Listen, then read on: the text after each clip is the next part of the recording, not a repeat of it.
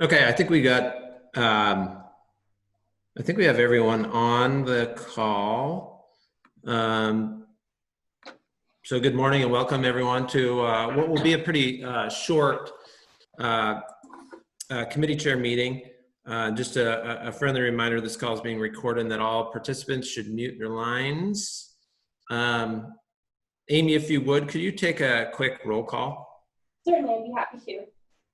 Chair Lozar? Here. Thank you. Regent Nystuen? I'm here. Thank you. Regent Sheehy is excused from this call, as is Regent Sexton. Regent Rogers? Here. Thank you. Regent Dombrowski? Here. Thank you. Excuse me, Vice Chair Tuss? Here. Thank you. Commissioner Christian?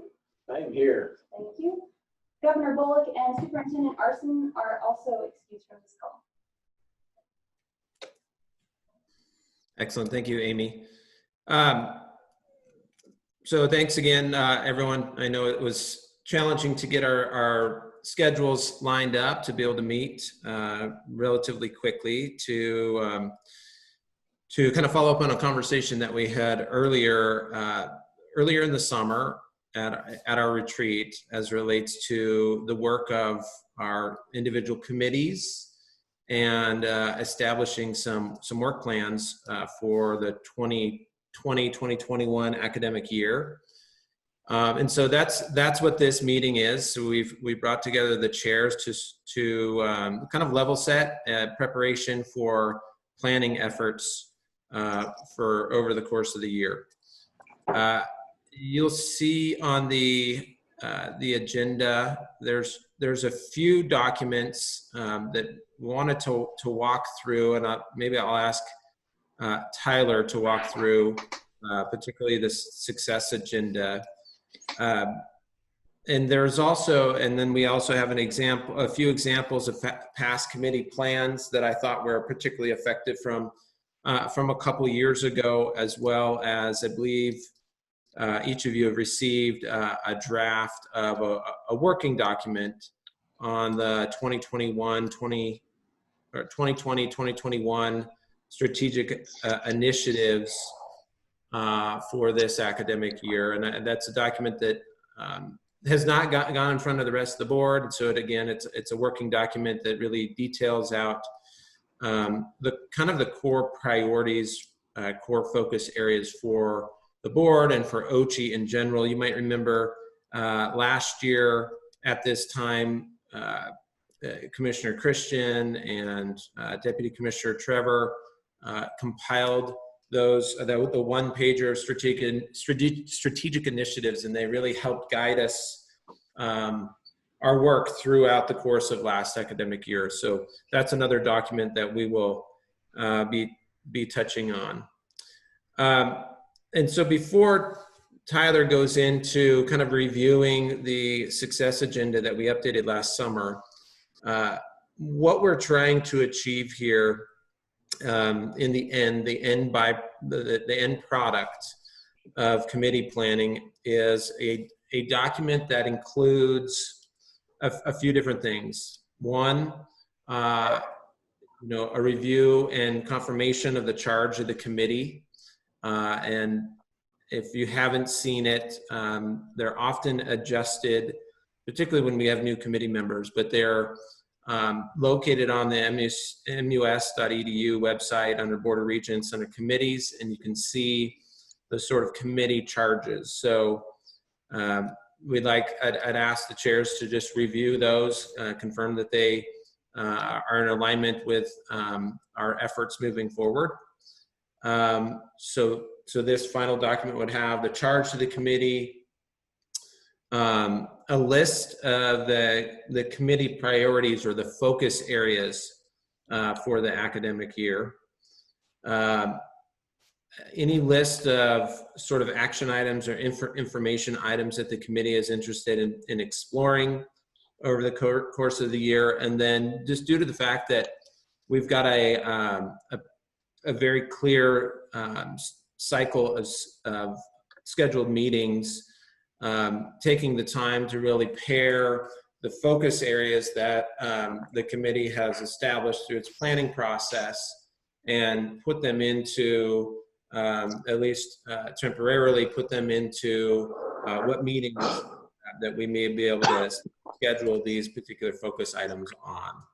So it's a way for both planning at the committee level, but also planning at the commissioners level and the deputy commissioners as they're thinking through agenda setting, preparation as they're engaging with campus leaders or engaging with external partners, so that they're prepared to cover some of the focus areas the committees are interested in. So that's what the vision is for the planning process for the committee, and to sort of tether us and our planning efforts between now and our September meeting. I've asked Tyler to review a few of the guiding documents for us that I think will be helpful as you think through the alignment of your committee agendas and committee work plans with the overall objectives and goals for the university system. So with that, I'll turn it over to Deputy Commissioner Trevor to review with us the success agenda. Thank you, Mr. Chair, members of the board. Good morning. Can everybody hear me all right? Yes. All right, great. The success agenda, and we've refreshed the success agenda recently. I believe it was a couple meetings ago. This has been a long-standing document in the university system as an augmentation to our strategic plan. I think of it as the document that kind of operationalizes the three big goals in the strategic plan of access and affordability, workforce and economic development, and efficiency and effectiveness. So in other words, the kind of the go-to document to talk about the board's priorities and initiatives, and actually straight down to individual measurable type action steps. And you'll see that the first item, the resident student access initiative, in fact, relating to the other document that was attached to the calendar, we're suggesting that this would carry into FY21 this coming year as, if not the top one, at least one of three focus areas. I don't think I need to explain much about what's going on here, other than to remind everyone that we're going to launch the central application here very soon, September 7th, I believe it goes live.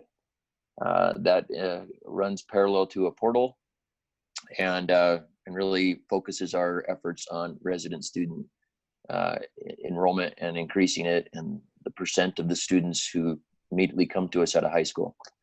So that's I won't get as detailed on any of these other areas. Dual enrollment, the hallmark inside of this effort right now is 1, 2, 3. We just received funds for this current fiscal year from the governor's emergency relief aid. It was very much needed, as that has been, well, a great project, but it hasn't had a dedicated funding stream. Retention obviously runs through almost everything that we do. Student retention, the Montana 10 initiative, that's a scholarship kind of package program for students that may have a little bit more struggles. Brock is obviously the key guy on this one, and it's right up there on our list. Career and technical education, well, almost nothing there needs to be said in terms of, we've been working with the legislature for this past year on the workforce, not workforce, but work committee to look at career and technical education across the state. It'll remain a top priority. And in fact, this would relate back to one of those three items that we've pulled out to at least for discussion as being top of the list priorities for this year. Research and MReady obviously is a key component. It's the farther into the continuum, I guess, on the educational spectrum in terms of graduate education and research. We have program approval and prioritization, key to our operations. Performance funding definitely doesn't ever leave far from our sites. Shared services in an era of this COVID, MUS Healthy initiative, I would call it. I think this is the third area that we've offered for this year as a focus, which would be on COVID mitigation and monitoring. And then finally, we have communication and advocacy with the legislative session coming up. That also has to be on the forefront of our mind, and we don't ever do anything without relying upon the excellent faculty and staff support that we have throughout the system. So it kind of rounds out the top 10, Mr. Chair. I'd be happy to talk about any more of these in detail or hand them off to somebody else. Thanks, Tyler. Does any of the committee chairs have any questions regarding the success agenda?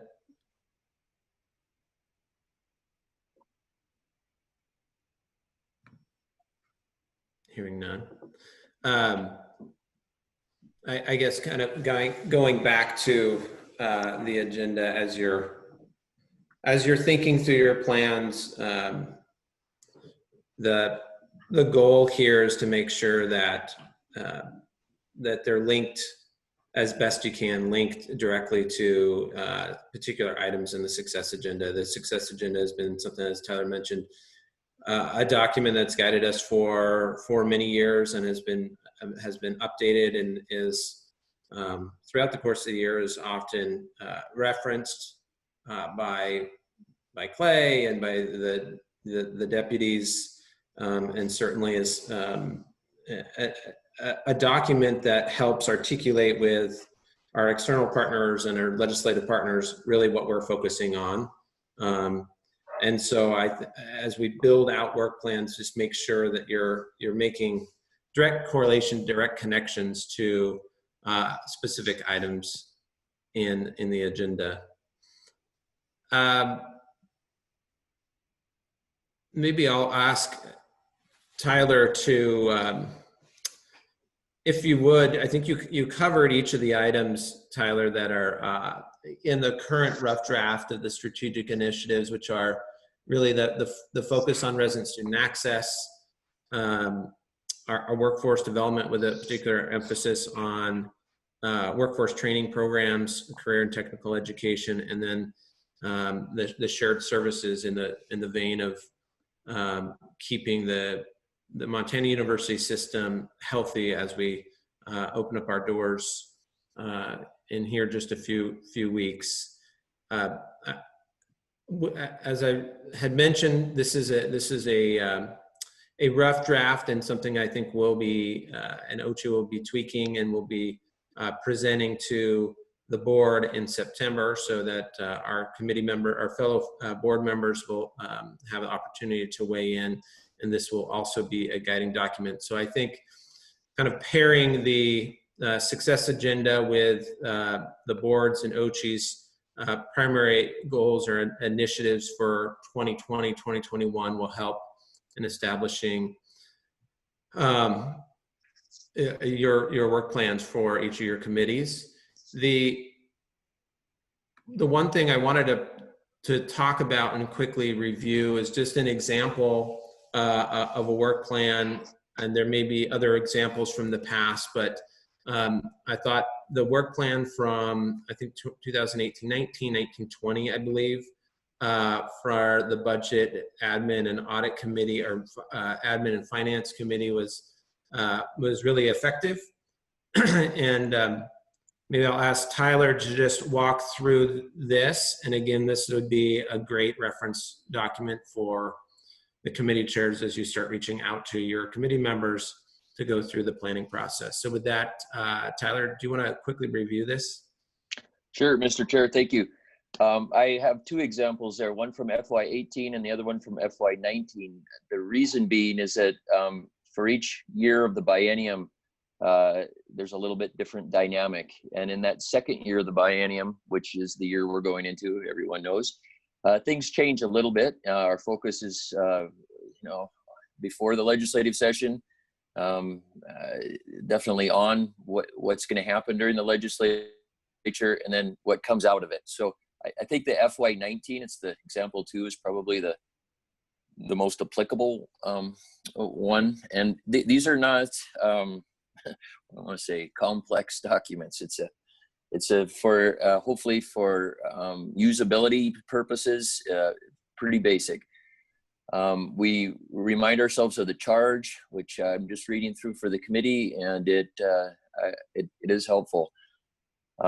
But the heart of it really is the just kind of like the 4 or 5 top areas that are prioritized for the committee. And in this document, I think I referred to a few of us that this is from the Johnstonian era, when Regent Johnstone was very much an influencer and driver of the plan and making it public. And so the budget and the allocation process in connection and in concert with the setting of tuition and fees.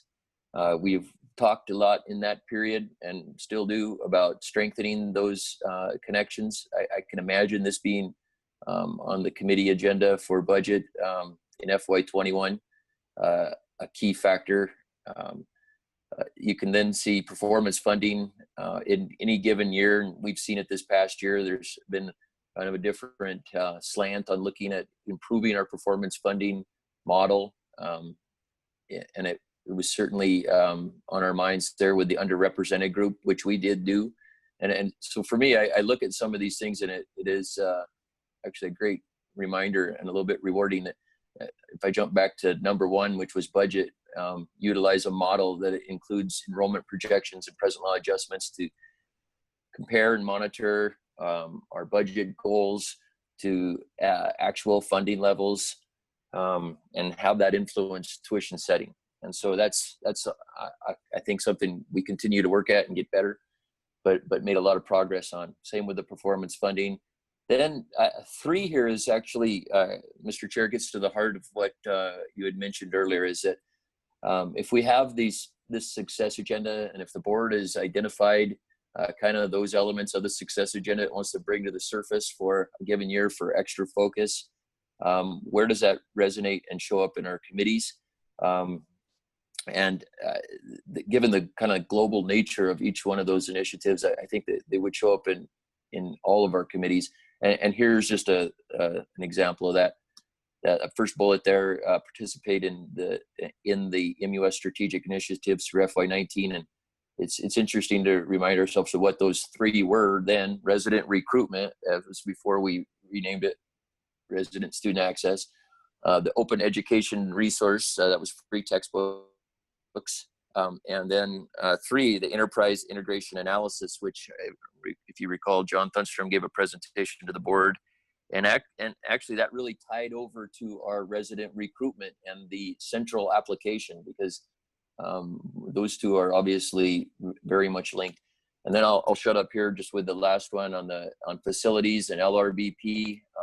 That's been an area with deferred maintenance. Developing a central inventory of it. I'll remind the board that we passed a policy related to deferred maintenance to allow campuses to use reserves to get some of those projects. And so you can see then we bleed over into then the biennial calendar, and the first 4 meetings here would have already happened in FY19, but if you started in September 2018, I just list here like the big things that are going to happen at each one of these committee meetings, and you see it kind of gets tilted down to the May meeting in this second year of the biennium, preparing for the next biennium. So, Mr. Chair, I'd turn it back to you. Thank you, Tyler. I think there's using the board, the budget, admin, and finance committee as an example. I think there's maybe it's a little bit easier to establish the scheduling of some of these particular topics, because the budget committee tends to take action and information items at specific times over the course of the biennium. And so I think this will be particularly helpful for you, Joyce, as you're developing the committee plans with the rest of your committee, as well as in partnership with Tyler. I think when we look at the ARSA committees, ARSA committee and the 2-year and community college committee, there's probably a little bit less consistency and decision points related to certain scheduled meetings throughout the course of the year. Although there are, particularly for ARSA, there are some agenda items that frequently come up in thinking about academic approval as one item. I think we talk about, sometimes we talk performance funding in the ARSA committee as well as the budget committee. So there are some items that are going to naturally sort of fit into the schedule, but they may not be, the process may not be as sort of clean as it is for the budget committee. So it's going to take a little bit of work with partnering with the other board members on those 2 committees, as well as Deputy Commissioner Dr. Brock Tessman, to be able to establish what these work plans are. Maybe I'll just open it up to see if there's any questions from or comments from any of the chairs or Commissioner Christian or the deputies regarding the plan to establish work plans for the committees by September. Mr. Chair, I'd maybe just remind everybody of the conversation we had at the June retreat, which is the other thing I think as you're building these plans. We visited a lot about trying to cut down on the sort of perfunctory work that needs to be done, acknowledging that it has to be done, and it has to be done by this body in open meetings. But I think through, especially as you have the pre-meeting meetings, what can go on the consent agenda, what can limit the time of doing the business side of this, and then I think that really frees up time to think about what should go in that information item, because ultimately those are what builds our action items for future meetings. And one of the things that those committees want to try to have good productive discussions around over the course of the next year. I mean, I think of 2-year, and I think certainly there will be conversations continued around CTE, workforce training. So what are kind of the things that we need to get to, even if it's not quite as systematic as budget is?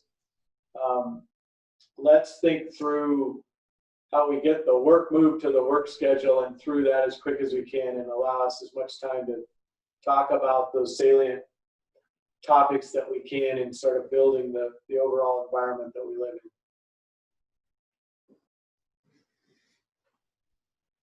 in. Thank you, Commissioner. That is a good reminder. I think we're working to sort of strike the balance of as board members being sort of aware of what's happening in the system, best practices that are happening outside of the system, while at the same time setting up discussion among board members on the most pertinent things that will have the biggest impact on the outcomes of our students and the health and well-being of our campuses. And so I think that those are a few guiding principles that we should be considering as we're working through work plans. Is this critical for the committee members and board members to know, and is it going to generate the type of dialogue that'll move our university system forward? Other questions or comments?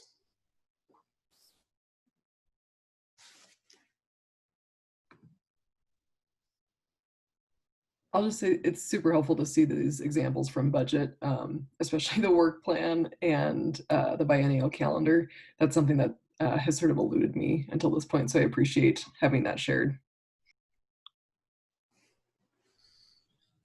Thanks, Bree. Mr. Chair, yeah, I'd go back to your comments about the ARSA committee, and maybe the fact that there's less of a rhythm in terms of business items in ARSA than there is for the Budget and Finance Committee. I think that's something we can actually work on, and Chair Rogers and I can, I think, come up with a bit more of a rhythm, and that would be a positive development. I mean, there are things like an annual report on prior learning assessments, e-learning group report, the AMA Council updates. These are things that do happen on a yearly basis, and I think it's just been a little less standardized than it could. So I actually think we can add some more rhythm to the ARSA committee moving forward.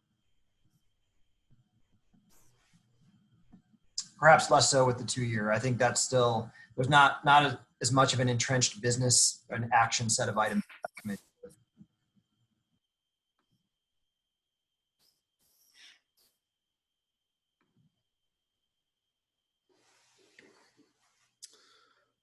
Other questions, comments?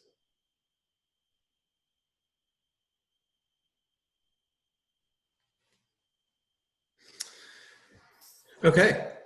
I guess with that, just a reminder to work with your individual committee members, and I know Brock and Tyler are interested in joining the conversations, perhaps Clay in joining the conversations as you're developing the work plan. The idea here is that you know, a relatively straightforward work plan with those core elements that I had mentioned and that Tyler had walked in to the rest of the committee in this document, and it'll be our sort of our charge and our focus for each of our committees throughout the course of this academic year. And if there's no other questions, and we will not be taking, of course, any formal action today. Hey, Casey, Yes. do you guys want to discuss a little bit? We need some guidance on whether or not you want to set firm schedule for the pre-board meeting committee meetings, or if you want to leave those somewhat flexible with the kind of overarching pattern to them. We talked about both and the pros and cons of both at the retreat, but I guess curious where you all landed on those. Yeah, I mean, I would open it up to the committee chairs to see if they have any particular preference on the pre-meeting. We've had a practice of meeting roughly, either a few days before the formal board meeting or about a week before the formal board meeting. I think that over the past maybe 18 months, we've been a little bit more consistent on establishing those committee meetings in advance of the board meeting, but I would open that up for any discussion or comments from committee chairs. And Mr. Chair, as we talked at the retreat, there's only so much of a window because it has to be after this deadline for the campuses to submit and then as far before the board meeting as we can. So I think your options are, do you want Amy to just set in stone now those dates, or do you want to leave it flexible within that window, which is probably honestly only 3 or 4 days, to doodle poll and try to set them accommodating individual schedules best we can, or that's entirely up to you guys. But I think the option isn't overly broad. It's, do we pin it down to a day and a time, or do we pin it down to a few days with some flexibility? Mr. Chairman, Mr. Commissioner, I suggest we just do a save the dates and some times that we can just slot in our calendars for now for the next year or so, as to kind of, these are generally when we're going to have our meetings. And if we have to adjust because of some other issue or problem or schedule, we can do that. But at least let's get them out there as best we can for the time being. Thanks. Thanks, Bob. Mr. Chair, Mr. Commissioner, I would agree. I actually would like sort of the predictability of the meeting really within the reasonable time frame. I just think it sort of saves us doodle pulling and probably a lot of time on Amy's part. And far enough advanced, I think, we can move our current schedules around to accommodate, in my mind, what hopefully could be a predictable day. Yeah, I'll certainly agree as well. I feel like we hold these meetings in our schedule years in advance, and so it would be pretty simple to just do that for the committees as well. And then if that changes in the future, we can always change it. I appreciate that, especially for ARSA, having it far enough in advance so that things can be fixed or worked through with other campuses before the actual meeting is helpful. My only question would be, is there any unintended consequence or drawback that we're not understanding of having them scheduled in advance? So that's a good question, Bree. Clay? Yeah, not from my perspective. I think, like you say, if they're out there far enough, we can plan around it. The campuses can plan around it. To be candid, board members have sort of liked the flexibility in the past, and but it's super easy to do either way. I like schedules.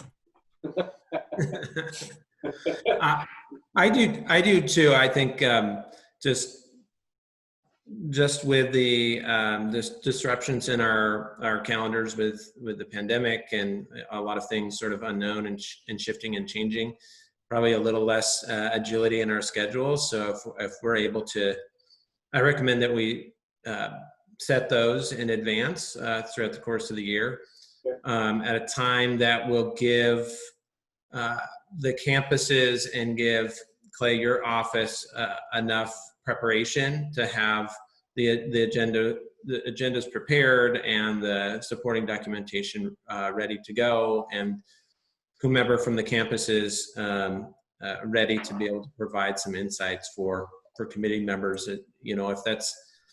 If that's 4 or 5 days out, if that's a week out, I'm comfortable with either. I think once we get up to a day or two in advance, I think we're cutting it a little too close to the board meeting. As Regent Rogers said, we'd like to have a little bit of ability to sort of shift and ask questions and allow for the campuses to provide additional color or additional material, supporting material to accommodate some of the agenda items. So, something like 4 to 7 days out that's consistent, I think would work well for the committee. Yeah, that sounds really reasonable. And I think if we use those committees productively, we can get through some stuff. Campus's ability to plan with faculty and others that are presenting in ARSA in particular, I think will be helpful. And then hopefully we'll get through some of the business piece and be able to move some of it to consent. Those meetings being productive will be really helpful. Excellent. So we'll look for some schedules coming out from Amy, and we'll get those on the board's calendar here. If we could do that in the next couple of weeks, I think that would be helpful for us.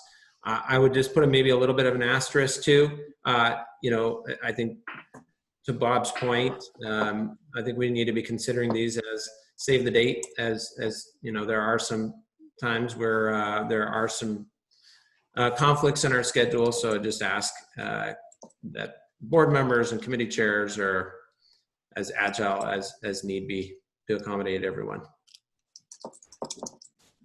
Mr. Chair, maybe before we drop the schedule with regards to schedule, can you give us, Clay, Casey, a little bit better glimpse as to what our September meeting will be like in Helena?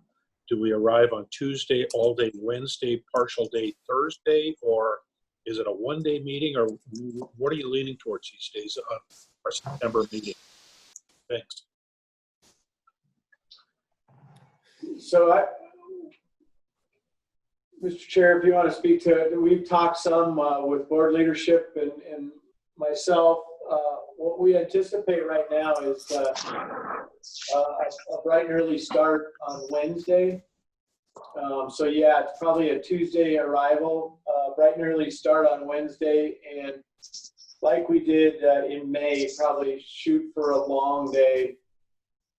They get a little grueling, but rather than have everybody overnight, we probably go from 7:30, 8 o'clock until 4 or 5 o'clock, something like that. Get everybody out of there and not have to stay that night if you don't want to. That sounds great. Thanks, Clay. We are working through some ideas that would add a little bit of time, but nothing too carried away. As these move to virtual, I would really like to try to continue with a campus presence. And that means even if we're not there, still allowing the campuses some time. I wish I'd have done it with Haber, but allowing sort of that campus introduction.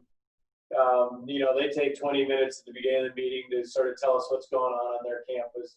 So find a way to allow it to continue to be a Billings meeting, even if it's not in Billings, and recognize that campus, some of the stuff they're doing. So that may, if we work some of that in there, it may extend just a bit, but I still think we can likely get through what we need to get through in September in one day. And I think some of that's going to depend on, what action items we have in front of us, what the agenda will look like for the committees, the extent of the commissioner's report and the engagement with the Billings community. But at this point, I think we strive for fitting into one day, one long day. And as we're setting the agendas, if we feel like we don't have enough time and we don't want to really rush through particular items that are really important, we can always extend it to the following day. But for right now, I think we're shooting for a one long full day. Yeah, Mr. Chair, good point though, because I do think until we see what comes in from the campuses, we should hold that Thursday morning as a save the date. It definitely could spill in if, well, what you say, depending on the volume, but our current plan is one thing, our actual plan may be another. And I unfortunately don't think we're going to know that for sure until we get much closer to the meeting. Okay, is there any other questions or comments?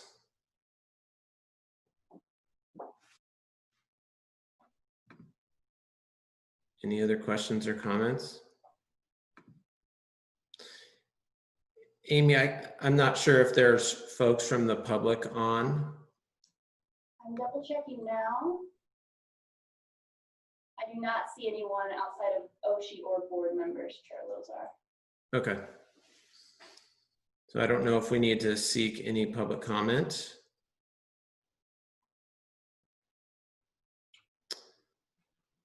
So if there's no other questions, please feel free to reach out to me or to Paul as you're going through the planning efforts. I really appreciate the committee chairs taking the time to get their committees together to kind of think through strategy, priorities, and the schedule. And thanks in advance to Clay, Brock, and Tyler on supporting the committee chairs as they're putting together the plans for the year. So with that, thank you all. We'll chat with you in a couple hours.